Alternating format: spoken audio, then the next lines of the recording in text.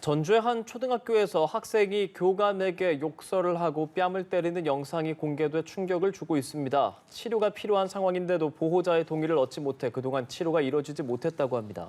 그 외 사건 사고 소식 이웅혁 건국대 경찰학과 교수와 함께 알아보겠습니다. 어서 오십시오. 안녕하십니까 교수님. 네. 예. 오늘 몇 가지 사건 사고 소식 함께 다뤄보겠습니다. 먼저 첫 번째 키워드 보여주시죠.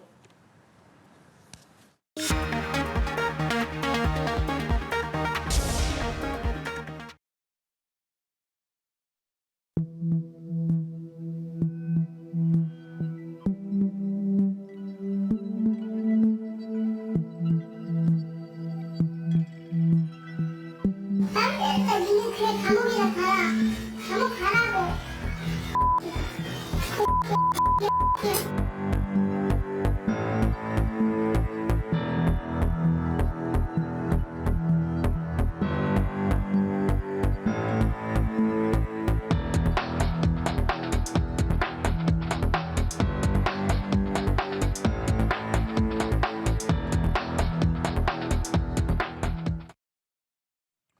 예, 함께 영상을 보셨습니다. 전주의 한 초등학교에서 일어난 사건인데요.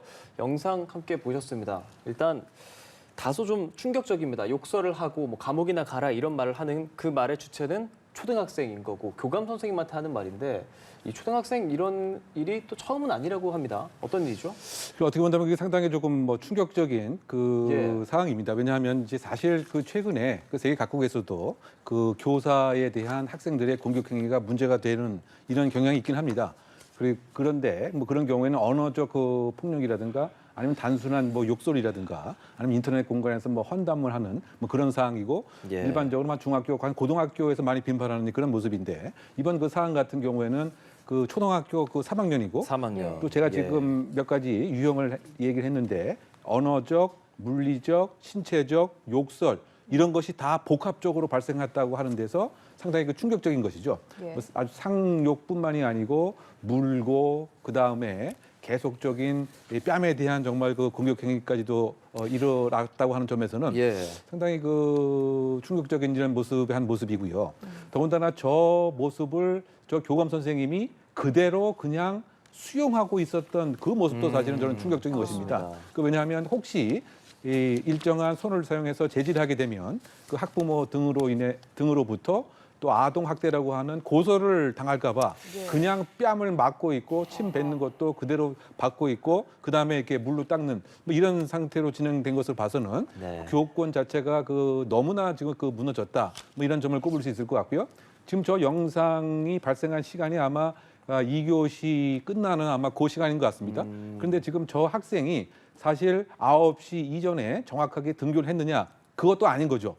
9시 한 40분 정도 1교시 한 중간 정도에 온 것 같습니다. 그러고 나서 사실은 저 교실 내에서 교감 선생님에 대해 저 같은 끔찍한 폭력 행위를 하기 이전에 그 교실 내에서도 담임 선생님한테 역시 또 공격 행위를 했고 또 그 친구들한테 시비를 하는 모습을 담임 선생이 이렇게 말리면서 제지를 하고 그것을 아마 영상 촬영을 하는 이런 과정을 상당히 또 저항을 하면서 이것은 불법 촬영이다라고 하면서 교탁에 가서 그 엄마한테 그 전화까지 하는 뭐 이런 모습으로 그 봐서는 상당히 그 이 학생의 이른바 의미 있는 타자들 일반적으로 보호자라고 우리가 생각해 볼 수 있겠죠. 과연 평상시에 그 어떠한 교육을 했는 것인지, 평상시에 언행은 무엇이었는지, 가치관에 대한 규범 교육은 무엇이었는 것인지. 왜냐하면 초등학교 아이들이라고 하는 것은 결국은 주변에 있는 의미 있는 타자들의 행동과 가치 기준을 그대로 따라하고 모방하는 것이 이제 일반적인 것으로 봐서는 지금 욕설, 그다음에 그 선생님에 대한 공격 행위, 또 뭐 감옥 우는 하는 것은 본인이 들었기 때문에 쓰는 이런 표현과 언어이지 초등학교 3학년에 맞는 언어는 그 아니지 않겠습니까? 이제 그런 그 측면에서 어떻게 본다면 인권, 학생 조례 이것도 중요하지만 교권이 너무 정말 위축됐고 무너져 버렸구나. 그래서 어떻게 본다면 괴물을 혹시 우리 사회가 지금까지 키웠던 것은 아닌가라고 하는 그러한 저는 경각심을 갖고 있는 그런 단면으로 평가해 봤습니다. 이 학생의 학부모는요, 그동안 학교 측에서 수차례 이 아동에 대한 치료가 필요하다라고 요구를 했는데도 이를 무시했다고 하는데요. 자, 결국에 전주교육지원청이 교육적 방임에 의한 아동학대 혐의로 이 보호자를 경찰에 고발했습니다. 이 아동학대가 인정이 되면 보호자의 동의 없이 아동 치료가 가능해지는 겁니까?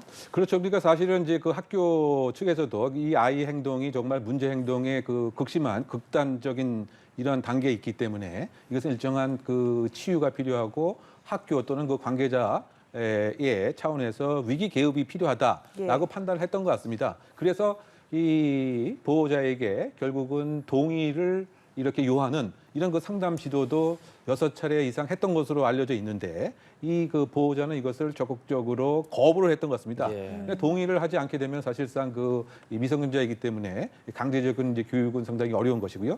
그리고 지금 잠깐 언급하신 바와 같이 이 그 보호자가 결국은 아동 학대 아마 그 방임의 혐의로 정식으로 이제 경찰에 고발이 된 것 같습니다. 예. 그렇다 본다면 이제 아동 학대에 관한 사항 자체를 아마 그 경찰 그리고 아동 보호 기관에서 합동으로 아마 조사가 이루어질 것 같습니다.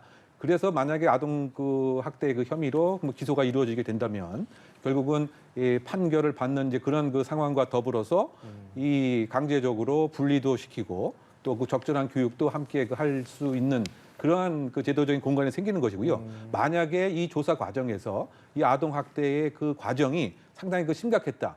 아동 학대 방임, 뭐 정서적 학대 또는 뭐 물리적 학대 뭐 등등이 만약에 밝혀지게 된다고 한다면 뭐 때에 따라서는 아마 심각하다고 하면 이 검찰 쪽에서 이 뭐 친권 박탈에 관한 이런 것도 이렇게 그 요구할 수 있는 그런 권한도 있긴 하거든요. 예. 그래서 그건 뭐 나중에 뭐 얘기는 합니다만 일단 이 아동 학대 그 고발로 이루어졌고 예. 또 그 고발의 그 과정에서 또 시간이 상당 부분 좀 소요가 될 수 있기 때문에 예. 아마 그 교육청 또는 그 상담 기관 또는 관련 경찰 기관 등에서 이 보호자에게 계속 뭐 설득을 빨리 해서 바로 분리와 적극적인 개입, 교육, 상담이 아마 시작될 가능성도 크지 않는가 예상해 봅니다. 네, 저희가 이 화면으로만 봐도 당황스럽고요. 다만 이런 생각도 들거든요. 그 현장에 있었던 학생이나 다른 선생님들, 사실 현장에서 직접적으로 이제 수업에 큰 방해가 됐을 거란 말이죠. 그런 상황, 뭐랄까요, 학습권 침해에 대한 대책은 없겠습니까? 그러니까 그게 상당히 그 우려되는 예. 점인 것 같습니다. 그리고 아마 그 관련 학부모도 이런 것에 아마 민원이 있었던 것으로 알려져 있는데 전북교육청에 예. 어쨌든 뭐 적절한 조치는 뭐 이루어지지 않았지만 지금이라도 일단은 이 친구들, 그부들이 이와 같은 것을 직접 경험하고 목격을 했기 때문에 본인이 갖고 있는 기본 규범에는 너무 배치되는 이런 모습들이란 말이죠. 어떤 면에서는 그 외상 후 스트레스성 장애에 그 준하는 뭐 정신적인 좀 충격도 있었을 법도 하기 때문에 예. 이 그부들 학교 친구들에 대한 상담도 함께 이루어져야 될 뿐만이 아니고 또 학습권 침해에 있어서의 뭐 여러 가지 지금 특별 그 교육이 이 반에 함께 좀 이루어질 필요가 있다. 뭐 이런 생각도 해봄직하고요. 예. 또 어떤 측면에서는 이 보호자에게 사실 뭐 가능하면 또 민사상 손해배상 청구의 대상도 됩니다. 왜냐하면 미성년자에 대한 그 관리 감독이 제대로 이루어져 있지 않은 상태로 다른 피해가 생겼다고 한다면 아마 이런 그 조치들을 우리가 생각해 볼 수 있을 것 같고요. 아마 그 전북 그 교육청에서도 이와 관련된 위기 관리 그 지원팀을 빨리 그 꾸려서 이 학교 그다음 이 반 또 같은 부부 관계에 있어서의 정상적인 정서 발달을 위한 이런 긴급 개입이 아마 이루어지지 않을까 생각해 봅니다. 네, 전후 상황에 대해서 좀 객관적으로 지켜볼 필요가 있을 것 같습니다. 저희 다음 이슈 키워드 함께 보겠습니다.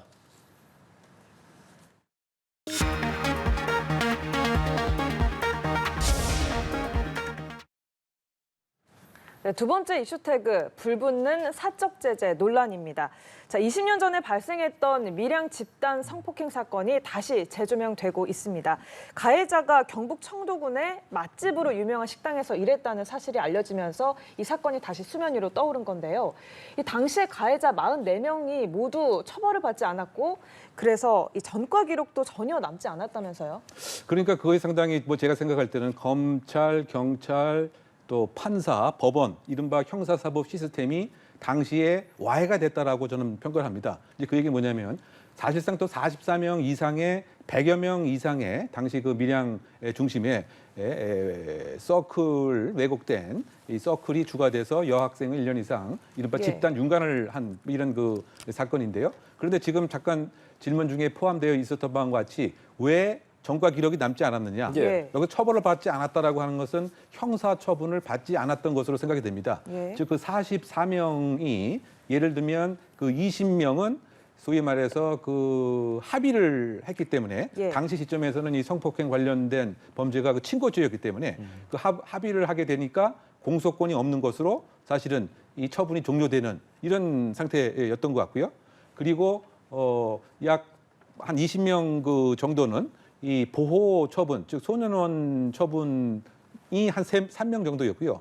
그다음에 나머지는 그 교육형으로 교육 수강 명령을 받는 것으로 이제 마무리가 됐고, 그다음 나머지 한 10명 정도는 아마 형사처분으로 기소를 했습니다만, 그런데 아마 그 법원에서의 그 판단은 이 소년법의 그 특례를 그 적용해서 이것은 형사처분, 성인으로서 형사처분보다는 아마 그 보호처분이 적합할 것이다라고 해서 소년부에 그 송치를 하게 된 거죠. 그렇다 본다면 지금 44명이 사실은 아무런 형사적 처분을 받지 않는, 따라서 그 전과 기록이 남지 않게 되는 뭐 이런 상태였던 것 같습니다. 예. 물론 그것도 당시에 그 수사의 그 방법도 너무 정말 무지막지하다고나 할까요?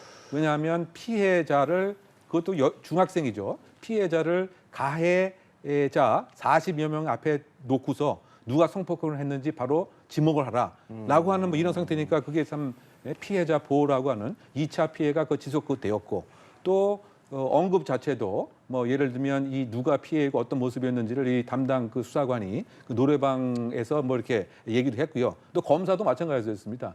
이 여학생 뭐 등에게 한 번 당했는데 왜 또 민양이 왔느냐, 뭐 이런 얘기 등을 해서 2차 피해가 아주 심각했던 거죠. 그래서 사실은 그 이 여학생 그리고 어머니를 손해배상을 받아주기 위해서 4천만 원, 1천만 원 국가를 대상으로 해서 손해배상까지 해서 처음으로 2차 피해로 인한 성폭력 관련된 2차 피해로 인한 손해배상도 이루어졌던 뭐 그런 그 사건이었습니다. 그걸 요약하게 되면 당시에 소년법에 대한 낭만적 평가 때문에 엄벌을 하지 못하는 그와 같은 문제가 20년 지나고 나서 이렇게 후폭풍을 일으키게 되는 단초가 되었다고 요약이 됩니다. 이 지금 인터넷이나 뭐 유튜브 등에 조금만 검색해봐도 사실 가해자들의 일터나 SNS, 현재 사진 등이 많이 떠도는 것이 사실입니다. 사적 제재 논란이 있습니다. 교수님 생각 궁금합니다. 그럼 결국은 사적 제재라고 하는 것, 현행법에 위반되는 사항은 이제 분명합니다. 물론 이제 그 당시에 그 누가 가해자인지 특정이 됐고, 뭐 아마 그 관련된 공적인 재판 기록이 있다고 하더라도 네. 뭐 이것을 정보통신망 등에 공개하게 되면 정보통신망법에 의한 이제 명예훼손이 되는 것이고요.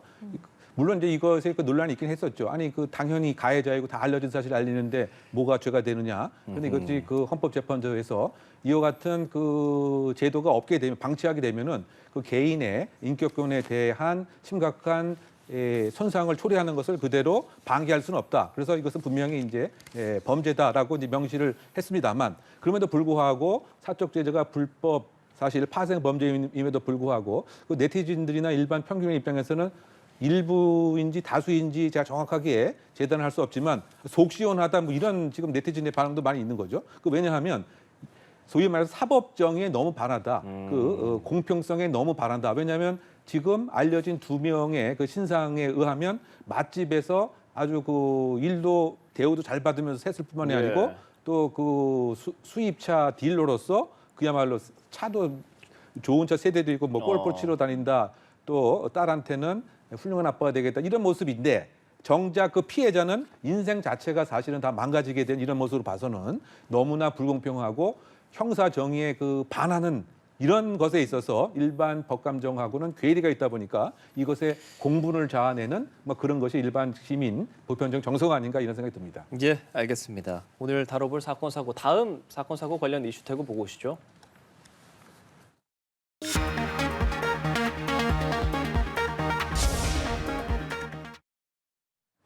네, 세 번째 이슈 태그, 모르고 먹었다면 무죄입니다.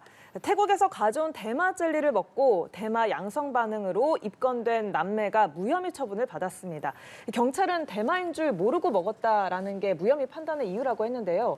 그렇다면 알고 먹었는지 모르고 먹었는지 그 고의성 여부는 어떻게 밝힐 수 있습니까? 일단은 이제 그 대마 그 젤리의 모습이었고요. 그리고 지금 이 상황 그 자체가 사실은 태국에 여행을 갔다가 그 자매가 소위 말해서 공룡처럼 그 생긴 지금 뭐 화면에 나오는 것 같은데요. 뭐 저것을 이제 먹고 나서 갑자기 이제 속이 좀 이상하고 증상이 이상해서 그 병원에 가서 진료를 받더니 양성 반응이 그 나왔던 것이죠. 예. 그리고 저 봉지 그 자체에 특정적인 대마라고 인식할 수 있는 표식 자체도 전혀 없었습니다. 예. 뭐 HCC라든가 뭐 기타 이제 특정적인 문구가 이제 있으면 이것을 아마 인식을 하면서 섭취를 했다라고 볼 수 있었지만 저것을 더군다나 태국 여행을 가서 사은품으로 또 받았던 것도 이제 입증이 됐기 때문에 예. 그렇다면 전혀 그 의도 없이 그야말로 그냥 간식처럼 뭐 젤리니까 생긴 것도 똑같이 생겼으니까 그래서 이제 복용을 했기 때문에 이건 전혀 그 고의가 없는 것이기 때문에 그 경찰의 그 판단은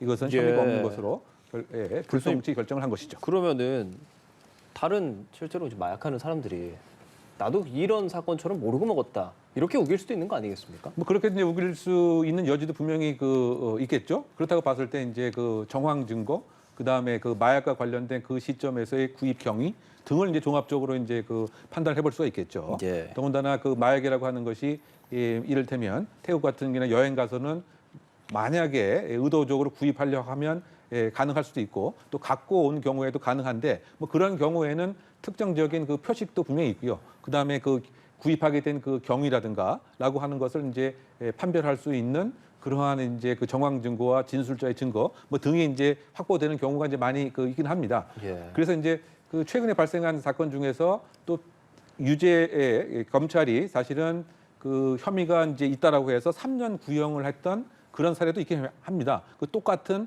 지금 그 대마 젤리인데 말이죠. 이제 그런 경우에는 지금 정확하게 그 수사에 관한 사항이 알려져 있지 않지만 이른바 그 적어도 알면서도 복용을 했던 것이 이제 입증이 되었기 때문에 예. 그런 차이가 있다고 봐야 할 것 같습니다. 예. 마약 청정국이라고 했던 게 뭐 그제 같은데 이제 좀 옛말이 된 것 같기도 합니다. 저희 다음 이슈 태그 보여주시죠.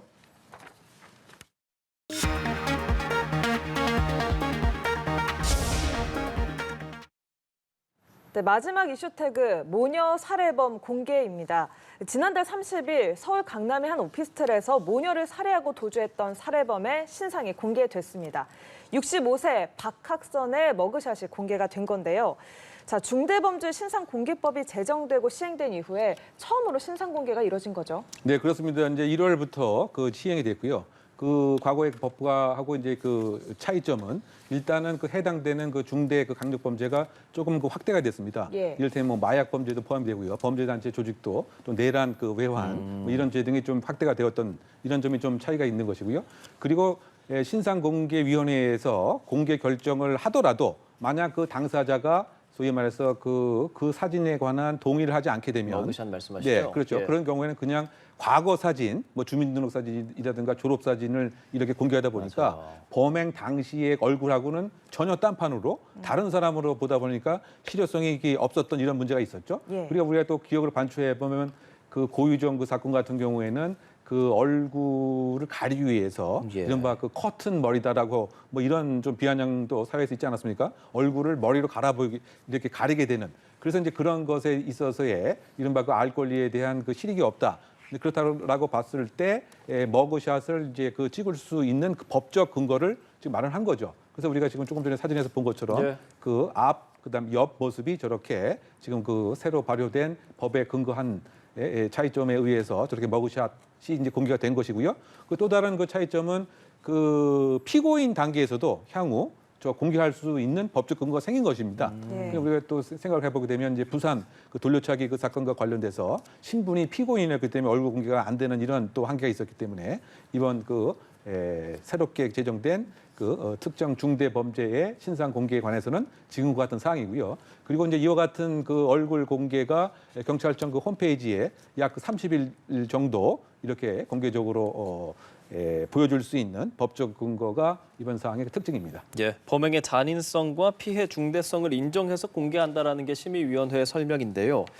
교제하는 모녀를 살해한 끔찍한 일입니다. 그런데 지금 우발적이라고 주장을 하고 있는 거죠? 네, 그 이제 본인의 그 이야기는 예. 당시 일정한 이별 선언에 대한 아마 이야기를 하기 위해서 이제 갔었는데 그 딸이 남편에게 전화를 이렇게 연락하는 것에 소위 말해서 아마 촉발이 돼서 그 장소에 있었던 흉기를 사용을 해서 공격을 했기 때문에 처음부터 살해하려고 하는 마음속에 계획은 있었던 것은 아니다라고 하는 취지에서 이제 우발성을 주장하고 있는 것 같습니다. 예. 그런데 또 그 흉기 자체를 이 범행 장소에서 한 2, 3km 떨어진 곳에 또 그 숨기고 은닉을 했기 때문에 과연 그렇다 본다면 지금 그 흉기가 그 장소에 있었던 것인지 아니면 이 만나기 전부터 흉기를 미리 준비하고 갔던 것인지 이 부분에 있어서 우발성이냐 계획성이냐가 좀 달라질 수 있을 것 같고요. 그 양형에 있어서도 사실은 그 우발적 살인과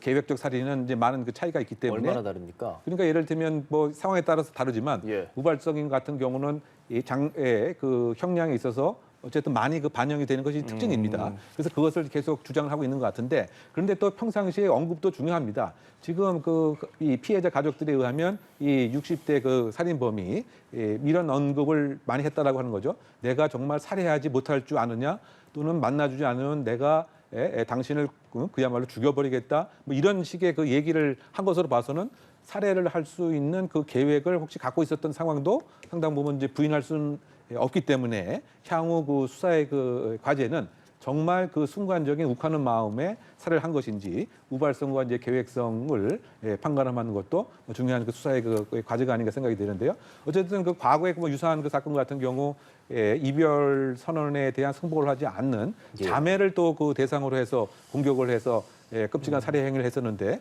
그때는 예를 들면 나를 계속 인정해주지 않는 그 상대방 여성의 동생까지 적으로 생각해서 공격을 했고 그런 공격을 했을 때 미리 준비한 흉기를 사용해서 또 했기 때문에 이번 그 사항에 있어서도 흉기를 미리 준비한 것인지의 그 여부가 우발성이냐 계획성이냐를 판가름하는 하나의 그 단초가 되지 않을까 생각합니다. 예, 이렇게 여러 가지 사건, 사고 이슈 함께 짚어봤습니다. 지금까지 이웅혁 건국대 경찰학과 교수였습니다. 고맙습니다. 고맙습니다, 교수님.